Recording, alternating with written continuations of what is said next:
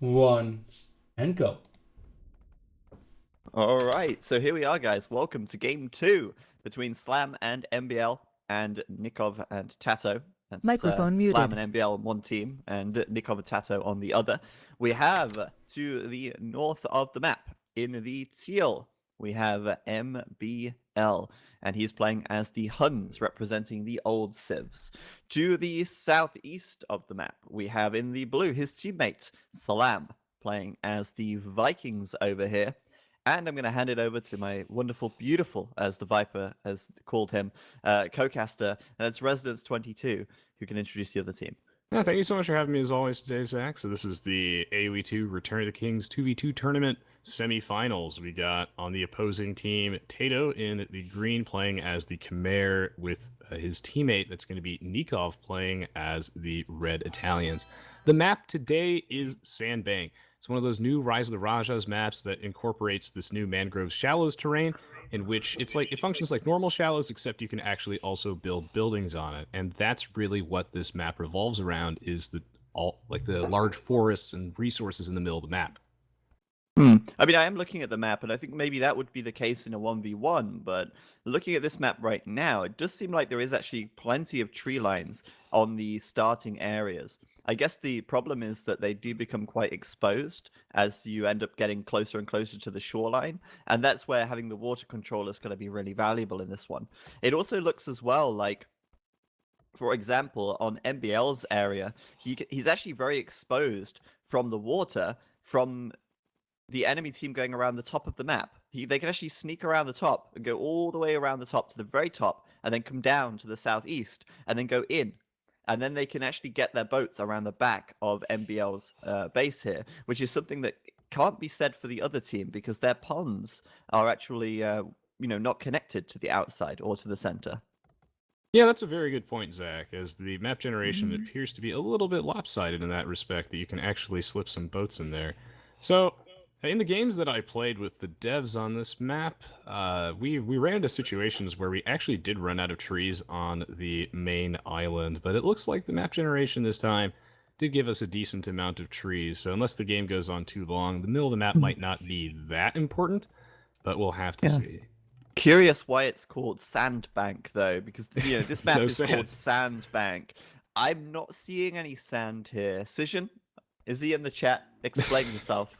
What is this? I was promised sand, Cision, and I'm not seeing it. I'm disappointed. I've just noticed as well, actually, there is a gap at the very south of the map that ships can also pass through. It's just a couple of tiles wide, and that will actually allow them to access the back of TaToH's economy as well. So it does end up being fairly even in that respect, but maybe not quite as obvious from the minimap that you can get around on that south side.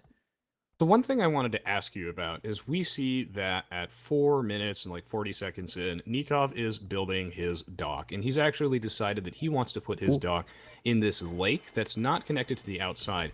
MbL is doing the same thing, whereas we see Slam docking on the outer edge and TaToH docking on the outer edge. What do you think of their dock placement?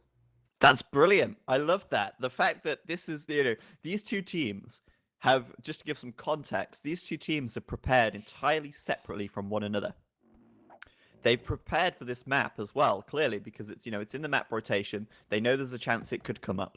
And it's brilliant to me that both MbL and Nicov, on two different teams with two different preparations, have both done the same thing by docking their little lake. I think that's really interesting to me, anyway. I know it's a small thing, I guess, in the big picture of the game, but I think that's really fascinating. And MbL, I mean, he has one extra big fish in his lake compared to Nicov, who has just the two. MbL does have the three. But that's a really safe option, isn't it? It means that they can fish without fear of losing their boats, and maybe see some kind of a fast castle out of these guys, since they're not going to be making anything on the outer edge, which is where you, I guess, would have expected them to build those docks. If you look to the south, you see both TaToH and Slam building their docks on the front even. Yeah, it is really interesting to see that both teams are actually kind of in sync with their strategy here. One nice little trick that we see Slam doing is that after these players build their dock, they always gather 10 food from an adjacent shorefish, or in this case, box turtle tile, just because that villager already has to make that trip, so you might as well get an additional 10 food out of it. It's little tricks like that that really make the difference in these neck and neck pro games. We also see Nicov trying to use his scout here for some deer luring. Using your scout to push the deer under your town center is even more valuable on a map like Sandbank, because you can't actually use your scout cavalry to scout the enemy base. So great to see these players taking full advantage of everything they have access to. Yeah, naturally, I think that as far as the resources are concerned, it is standard resources. There's two, well, it's actually not standard, it's above standard. There's 2 rhinos, and they have 400 food each, and then there's like a standard number of water buffalo with 150. So food is actually quite abundant on this map, actually. Now, the players in the south, I mean, I'm expecting to see a fast feudal from them, and I think that will be the case. TaToH here, 45% of the way up. Slam, he is also about 50% of the way up as well. So they're very close Microphone together, activated. both Slam and TaToH, with 25 population on Slam, 23 on TaToH, and where is that transport coming out? Is transport? Where? TaToH? Oh, like being built in the dock? Yeah. Ah, okay. Oh, I thought it was already there and it had already landed. Yeah, Okay, I was gonna say, yeah. All right, according to Niltver, and we just see this right now, here comes the transport ship from TaToH. Now, this is cool. So in the Forgotten expansion, we made a couple of balance changes. So not only did we reduce the cost of the transport ship slightly, but we also allowed you to build it in the Dark Age, hopefully opening up a wider variety of strategies and things such as, the potential for a, drush on the water. However, these players were not born yesterday, and I wonder if Slam's patrolling scout saw that transport ship, but I don't think he did. I think it was really close. The villagers have landed. TaToH has brought his scout too, and now he has to be very careful. He's going to want to build some buildings here and then start raiding their economies, but just be careful not to be seen. Yeah, I think this is interesting because if anyone's going to make a play like this, it's going to be TaToH, isn't it? He's got the most experience with these civs. He's played the expansions longer than anyone else, and he's pretty used to the idea of a Dark Age transport now. That's 2 archery ranges behind the economy of Slam, and that could be devastating if he catches Slam off guard there. Now, I'm very surprised that he did that, because when I looked at his economy, he moved all of his villas off of food, and he went immediately over to wood, immediately over to gold, which is exactly what you would expect from a water build. But he's not doing a water build. He's just going straight into an archer flush with double archer production coming up straight away. And I think this is going to be really huge and potentially devastating to Slam's economy if he doesn't scout this or, I guess, get lucky in some way. So that's pretty massive. And meanwhile, at the north of the map, both players being very passive here. We got a market blacksmith from Nicov. We got a market blacksmith from MbL, or I imagine a market blacksmith. He's not. Yeah, there it is. So they're just fast castling. On the water, Slam, of course, he's going to come in with the demolition ships here. We're going to see these fishing ships just get blown up. Oh, and yeah. TaToH has nothing on the water now. And that's going to signal the alarm bells to Slam, I think. I mean, TaToH just letting his fishing ships get blown up like that. And Slam's immediately going to realize, okay, TaToH's not going water here. What is he doing? Well, that's all going to become clear as TaToH moves in. So it's not a very efficient trade from Slam, trading demolition rafts for fishing ships, but it still does weaken TaToH's economy. And the thing here, the crucial point, is that Slam will have noticed that there are no boats at all from TaToH, and this signals that something is up. And of course, on a water map like this, where the fish are so important for bolstering your economy, we expect a commitment to early ships. So it's really great to see TaToH abusing that element of surprise and going for a landing here with an archer flush, in which, at this stage in the game, we don't expect players to have the resources to afford any sort of land defense.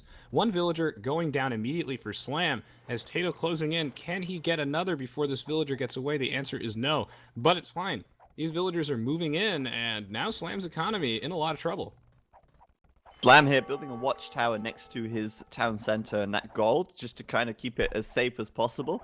TaToH getting a little close, leading one of those archers, and his scout looks like it could go down as well, but he's juking those arrow shots very nicely indeed. Slam, though, emergency walling, really quick defense, and I guess the only thing he really could afford here was that tower, which he has successfully completed. But TaToH now, knowing the location of the tower of Slam, is going to put his own tower down on that right-hand side, and that's going to be in range of those villagers gathering the gold. So bad news for Slam right here, And yeah, I mean, the big thing really in reacting to this kind of aggression or this landing is that most players going full water won't have built a barracks. And so Slam has to build a barracks before he can even build an archery range or a stable to try and defend this. And so that's going to slow him down even more. Big disruption to Slam's economy, but it's sadly not over. TaToH didn't deal some kind of finishing blow or anything like that, but he can also go towards MbL now, who has had the time to wall up and get to the castle edge.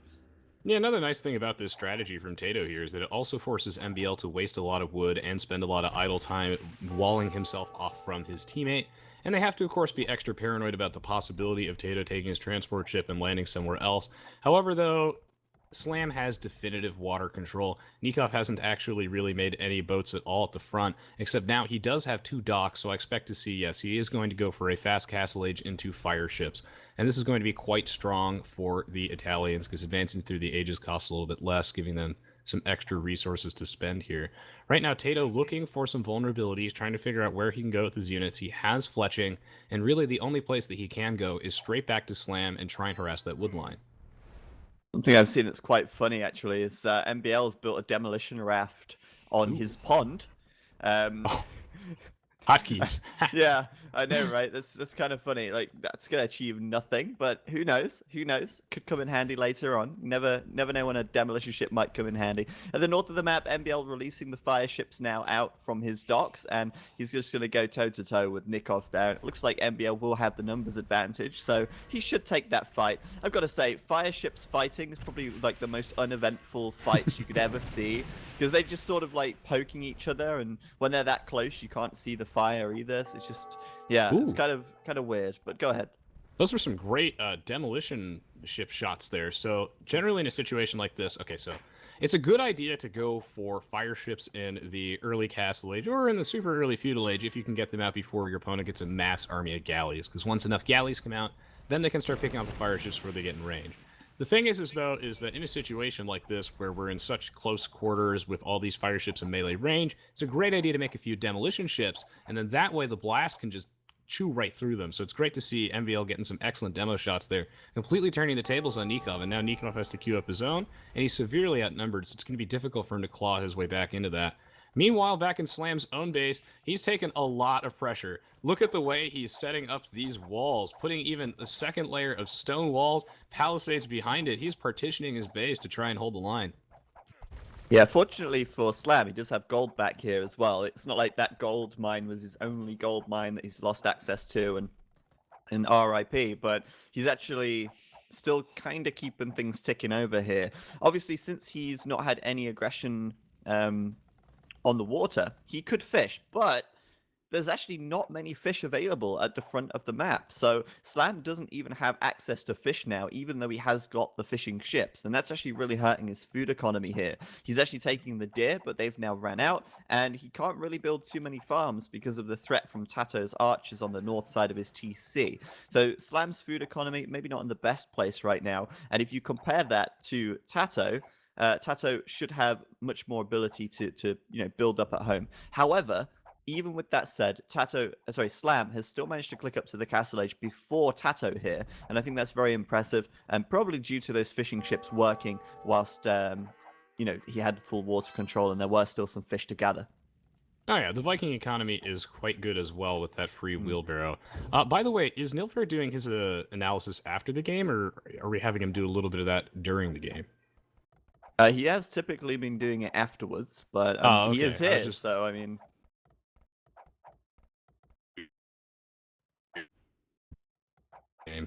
Okay, well anyway, back into the game itself. Ton of fire ships. Just real quick, at the top of the map, it looks like we're going to see the archers from TaToH getting blown up by MbL's demolition ship right there, stopping them from coming through the little passageway between Slam side and MbL's side. So there you go, kaboom! And I really hope that Nilford got that. Of course, nice. And hey, there's another demolition ship on the water here. Maybe MbL will get that as well. Oh man, that's always great. One of my favorite parts of these new maps is just exactly how many demolition ships we get to see taking care of those land units. Tom, the guy who makes these random maps, loves demolition ships, so you always got to be careful of how he utilizes them. So, You'd think that TaToH would be in his element juking those, but no, it's MbL using TaToH's favorite unit against him. So fish traps coming down for MbL. So this I think is particularly interesting because if we compare this to Nicov, Nicov actually deleted all of his idle fishing ships in his isolated lake, but MbL, he's opting for some fish traps. So why is that? So fish traps actually, we gave them gill nets in the Forgotten expansion, which increases their efficiency by 25%. So they build the fish trap faster and they gather food from it faster. How efficient is that? The answer is, if the fish trap is actually adjacent to the dock, it's about as efficient as a farm with wheelbarrow and handcart. It's just that it's not practical to fill an entire lake with them. So I do think that this is actually a decent decision as long as he's able to reseed them. So cool to see that. Yeah, it's just something to keep his boats working, I guess. It's better to have them doing something than just idling in the lake, and also being very annoying. Every time you hit the idle villager hotkey, it jumps to a boat. That's frustrating. So at the moment, I mean, it's been quite quiet, really. I mean, TaToH hasn't done a huge amount with his army. He did raid a little bit of the wood line of Slambl. There's now a tower there. He still obviously has got his army of crossbows hanging around as well, looking to hit the wood line of MbL on that right-hand side. But there's not a huge amount going on the land at the moment, except Slam, who's going in with the counter attack, the counter landing coming in. It's like, okay, I could deal with TaToH on my side of the map, but you know what? I'm just going to go and land him instead and hit him right back. He will pick one villager, and that's about it for now. I'm just really surprised there's not more happening on the water, you know? I really expected this to really come down to a lot of water war, but the Feudal Age, Dark Age transport ship really turning the metagame on its head, I guess. Indeed, and so it's great to actually see that being utilized, as I did figure that this map would be primarily water-oriented, but I guess the land mass is large enough and Dark Age transport ships are influential enough that that's what's being used here. A great play, by the way, by TaToH, actually opting to build a gate to slow down the advancement of these crossbowmen rather than trying to build individual little tiles of stone wall. Otherwise, these crossbows would have definitely got through. Even though this gate will go down, look how much time he's buying himself to put down an additional layer of stone walls behind that, another house, he's putting down a siege workshop. This landing from Slam might not be that effective, but crucially, their team has definitive water control, so they can continue landing all they want wherever they want. Yeah, well, I mean, TaToH's already got a foothold on the side of Slam and MbL, but they know where that is. They know what's going on. But I think more importantly right now, TaToH has also managed to break through the walls of MbL, and MbL is forced to defend with a mangonel of his own. He's actually not killed that many villagers. I think maybe only one or two going down, but not really a huge amount yet. And with the mangonel reaction from MbL here, this crossbow army from TaToH is unlikely to do too much. I guess it comes down to the micro, and he has got Bodkin Arrow done, so at the moment he can hit and run that mangonel quite effectively, but MbL coming over to repair it. The crossbows here having to retreat away at risk of losing his whole army. Now, MbL and Slam combining their armies together in the north here. Looks like they're going to double team Nicov. TaToH's just shown no interest of getting on the water here, and as a result, it's going to be almost impossible for Nicov to win it back, even though he's adding in more docks, even though he's got some demolition ships and fire ships saved up inside of them. I think it's going to be a real tough fight for him to take.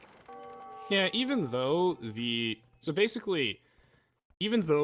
middle sandbank mass is not actually essential to winning, if you have water control, it's much more punishing for the opposing team that decides to skip out on that, because you give the other team so many more resources.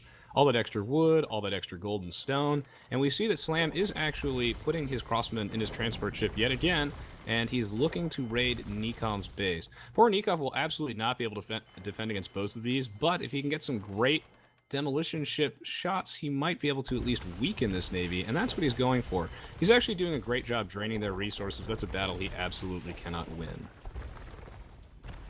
Yeah, that's going to be real tough. And also, we've got war galleys coming in for Slam now as well. So that means that this is just going to be nearly impossible for Nicov to hold on. And I think water control really definitively going the way of Slam and MbL. So really, the goal here, the task for MbL and Slam is clean up those crossbows from TaToH, clean up TaToH's forward, and then use the water control to basically control the game and bring it to an end. So it's going to be quite straightforward for them. I think they know what their objectives have to be.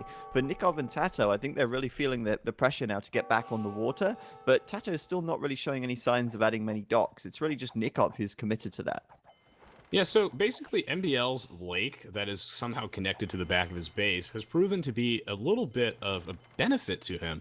I figured it would be kind of a double-edged sword, and that if the opposing team gets water control, they can just sweep around the back and start raiding his wood line. However, in this case, MbL can actually use his own ships to defend his base, and since, as a result, TaToH's not really able to get in there, TaToH has to focus his attention towards Slam, who's just a little bit weaker. But Slam has a defensive mangonel, and he's putting down a castle right next to his town center, which we've seen time and time again is the way to repel those castle age pushes and basically force the game to go to the Imperial Age. So I think TaToH's landing is going to be almost completely ineffective here. Nicov taking full advantage of his Italians aging up discount, and that's basically what's going to be, that has to be what wins the game here, is the fact that he is in the Imperial Age. And it looks like with Fast Fire Ship being a huge power spike, that might be enough.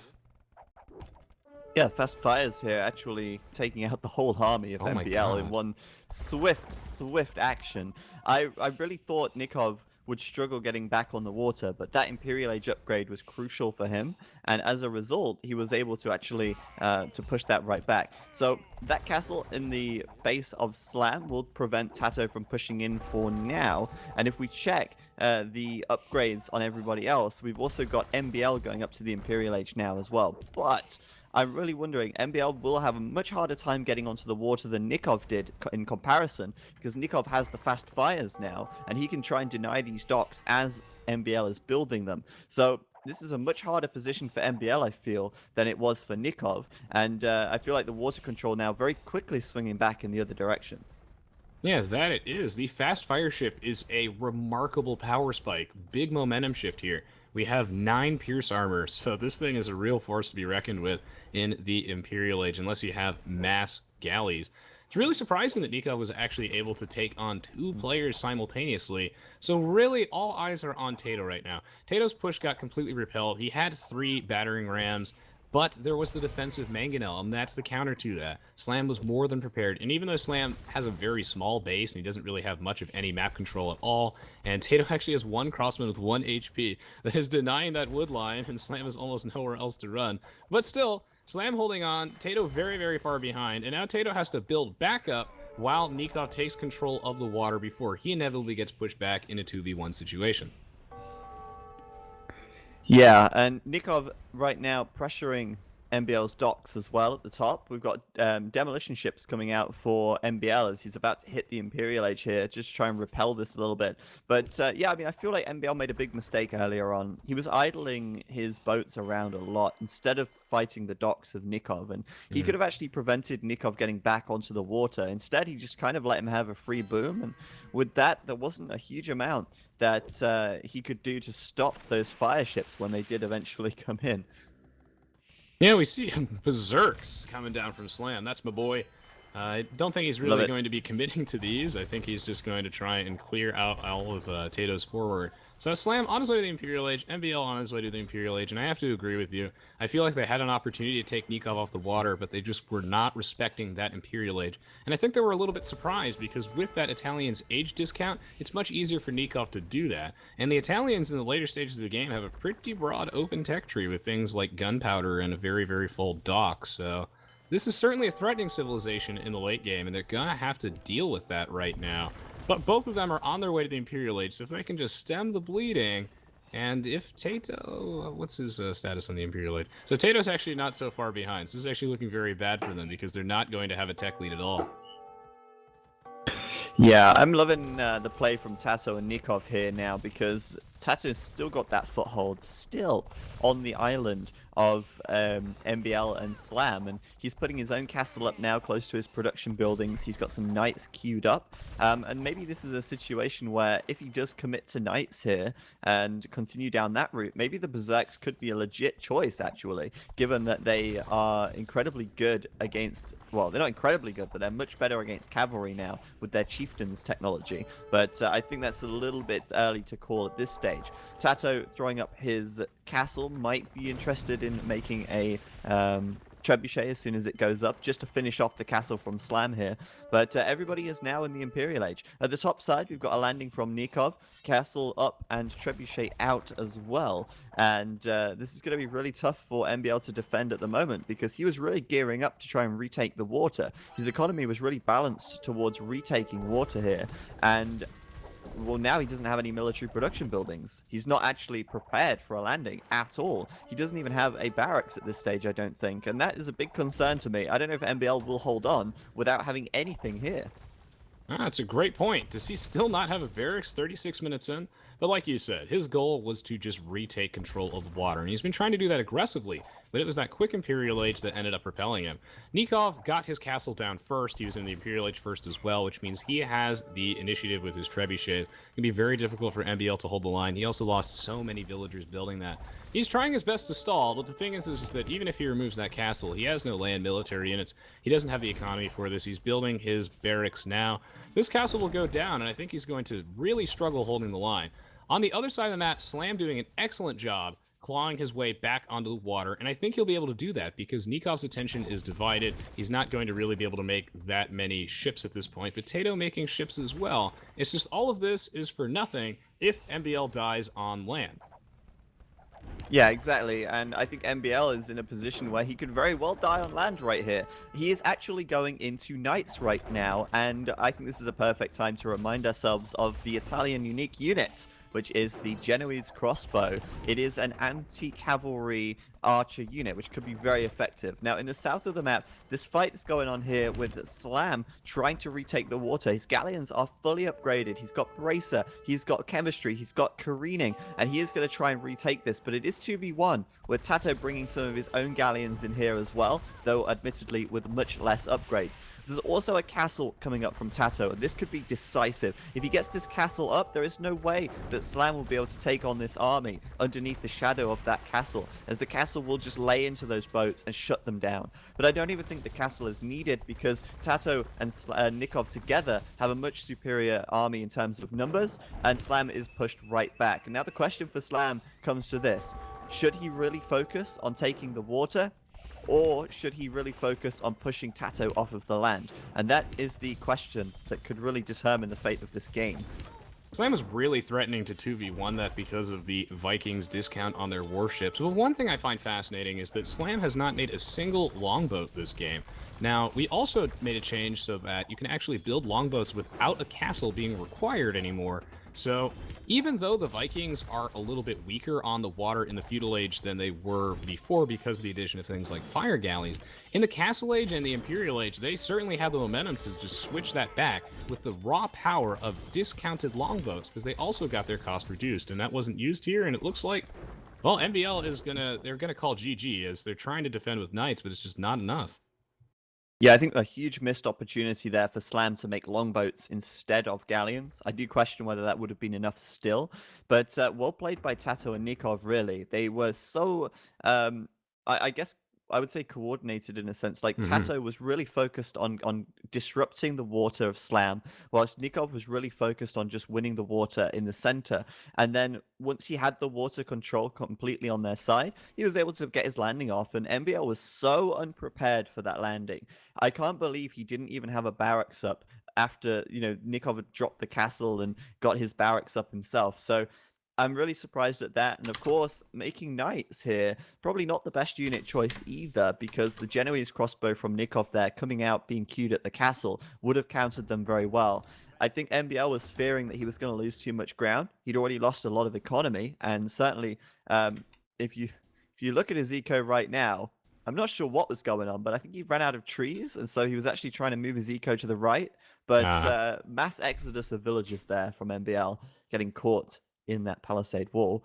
Slam, of course, he was under pressure from the word go, Feudal Age onwards, and he was feeling the heat. And of course, the problem for Slam is that he was pushed so close to the shoreline.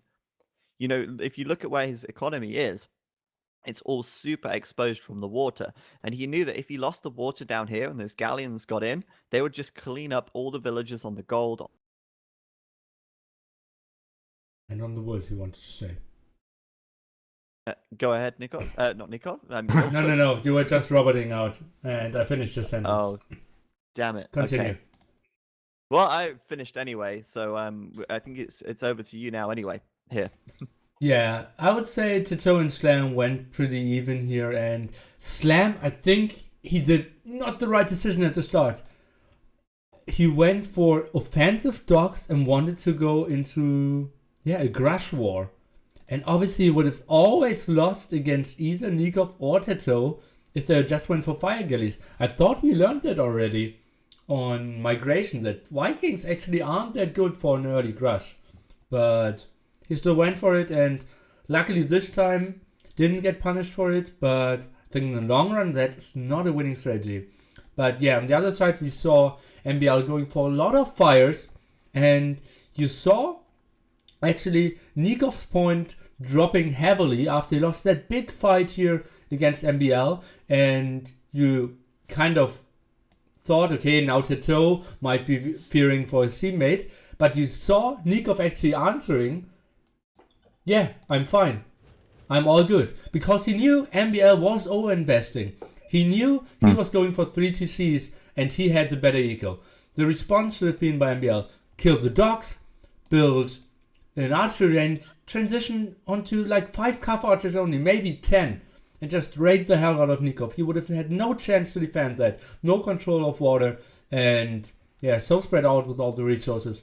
But MbL just stayed passively, built way too much ship and didn't even use them. That's simply dead resources, and therefore he lost the game. Yeah, that was a pretty good game though, and it was cool to see Sandbank. It's a very different type of map, and I certainly enjoyed seeing that. So that is